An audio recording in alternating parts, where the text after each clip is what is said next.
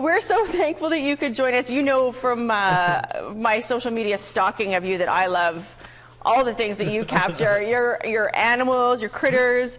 I have so much respect for the eye that you have and the ability to catch the things that you see in front of you. How did you get into photography and videography? You know, was it before or after journalism that this became an interest to you? Definitely. So myself, I grew up in the Haisla Nation. So I grew up here in northern BC. We're surrounded by beautiful mountains and like nature up here. So I just developed this passion for being able to love outdoors. But it wasn't until 2016 that I got my first DSLR camera, and from there it was sort of learning everything all at once. My friend went to film school. I had zero knowledge, but what happened is I just had this real passion for being able to capture images. So I'd use YouTube at that time to be able to like study things, and then I'd get out and shoot. But I treated it like a job. So I get up early in the morning to chase sunrises and sunsets, and go late at night chase sunsets. And I just spent hours and hours being able to study like photography, being able to go capture places. And at that time I lived on Vancouver Island, so we had lots of really beautiful places to go explore. Yeah. Well, I always, I look at some of the things that people like yourself capture out in BC, which is stunningly beautiful, and sort of to try to make myself feel better about being not a good photographer.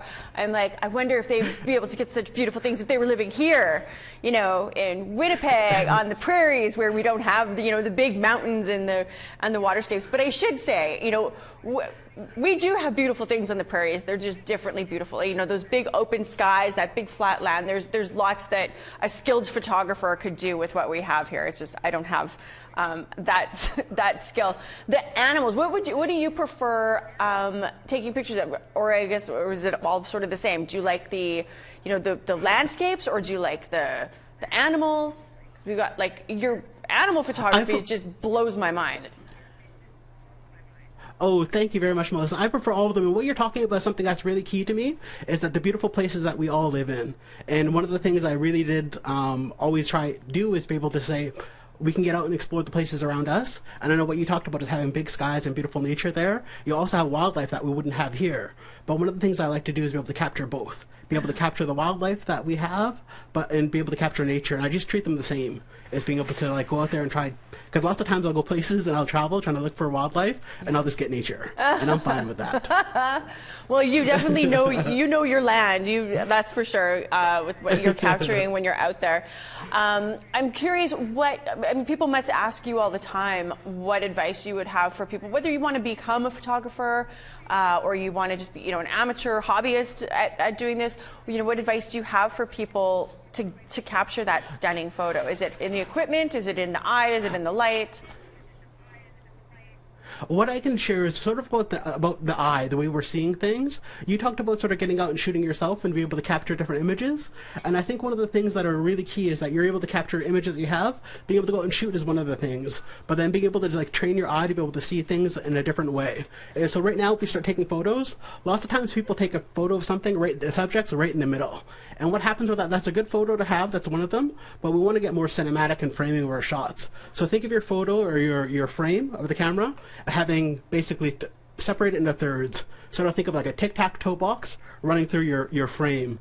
And so you can do that on your iPhone or else your Android and be able to enable grid view. And what that does is it puts a grid or the thirds that happen through your frame, and then you want to put your subject not in the middle, but put it on one of those third lines. And what that allows you to do is be able to have your eye scan through the photo like you're reading a book, and then it finds the subject that's in the upper third or the lower third, and it allows you to be able to scan through. It gives more sort of lets you just, rather than your eye stopping right in the middle, it allows you to scan through a photo to get more feeling of the frame and more creative ways to look on the frame. And another thing that happens for people is when they take a photo, they put the horizon sometimes right in the middle. So it cuts your photo right in half. You want to put it on one of those third lines, either the lower third line or the upper third line. And it allows your eye to scan a little bit more rather than stopping right in the dead center. And that's one of the tips I could also give. And another final thing, Melissa, I think here's another one, is getting lower. When we shoot photos, lots of times we shoot photos eye level. We shoot it the way we're standing,